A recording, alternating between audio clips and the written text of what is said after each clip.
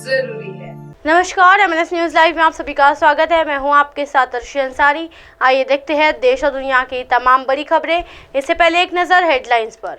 पूरे विश्व में भारत का डंका, कांग्रेस के गुब्बारे की हवा निकल गई, सतना में बोले पीएम मोदी।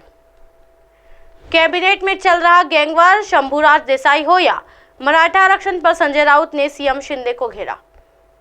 महाराष्ट्र में प्रदूषण मुफ्त दिवाली की मुहिम की शुरुआत, मुख्यमंत्री एकनाथ शिंदे ने की अपील।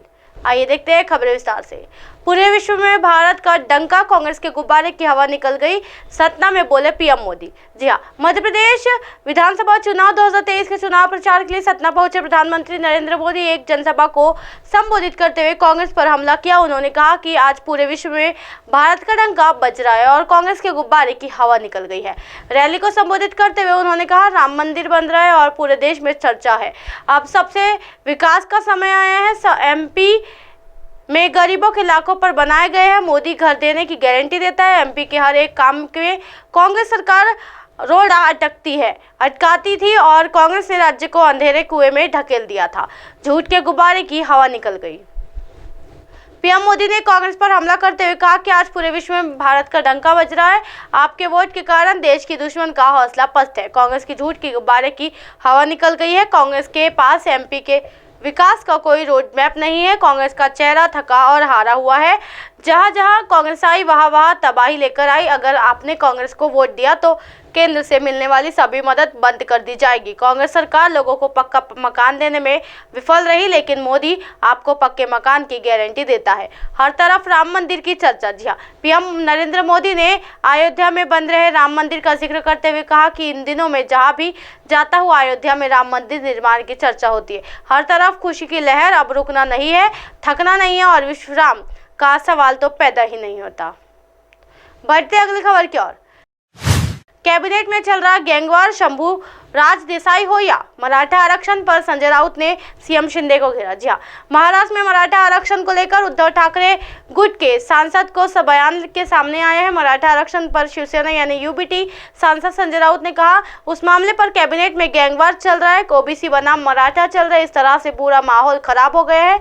इस पर मुख्यमंत्री का कोई नियंत्रण नहीं है। शंभूराज देसाई हो या छगन भुजबल, इस राज्य में ऐसी स्थिति कभी नहीं हो आई थी। बढ़ते अगली खबर की ओर। महाराष्ट्र में प्रदूषण मुक्त दिवाली की मुहिम की शुरुआत, मुख्यमंत्री एकनाथ शिंदे ने की अपील। जी हां, महाराष्ट्र में भी प्रदूषण मुक्त दिवाली अभियान की शुरुआत हो चुकी है। जिस तरह से लगातार प्रदूषण बढ़ रहा है, उसे देखते हुए महाराष्ट्र के मौसम विभाग और महाराष्ट्र के प्रदूषण नियंत्रण बोर्ड ने मिलकर प्रदूषण मुक्त दिवाली अभियान की शुरुआत की है। इस अभियान की शुरुआत में बड़ी संख्या में स्कूली बच्चों की भी शामिल हुए हैं। इस दौरान मुख्यमंत्री एकनाथ शिंदे और उप मुख्यमंत्री देवेंद्र फडणवीस भी मौजूद थे। मुख्यमंत्री ने कहा कि हमारे बच्चे ही इस प्रदूषण मुक्त दिवाली के ब्रांड एम्बेसडर हैं। बच्चे ही इस अभियान को आगे बढ़ा सकते हैं, लोगों के भीतर जागरूकता ला सकते हैं। इस कार्यक्रम में मुख्यमंत्री, उप मुख्यमंत्री के अलावा प्रदेश सरकार में मंत्री दीपक केसरकर, गिरीश महाजन, अतुल सावे, अब्दुल सत्तार, मुख्य सचिव मनोज सैनिक भी शामिल हुए। गौर करने वाली बात यह है कि जिस तरह से दिल्ली में लगातार प्रदूषण बढ़ रहा है, उसी तरह मुंबई की हवा भी प्रदूषित हो रही है। प्रदेश में बढ़ता एक्यूआई चिंता का विषय बना हुआ है। इसको लेकर सरकार और कोर्ट दोनों ही परेशान है। बॉम्बे हाई कोर्ट ने इस मामले में महापालिका को फटकार लगाई थी। कोर्ट ने जल्द से जल्द प्रदूषण को कम करने की बात कही। कोर्ट ने कहा था, मुंबई में होने वाले निर्माण कार्य को रोका जाए।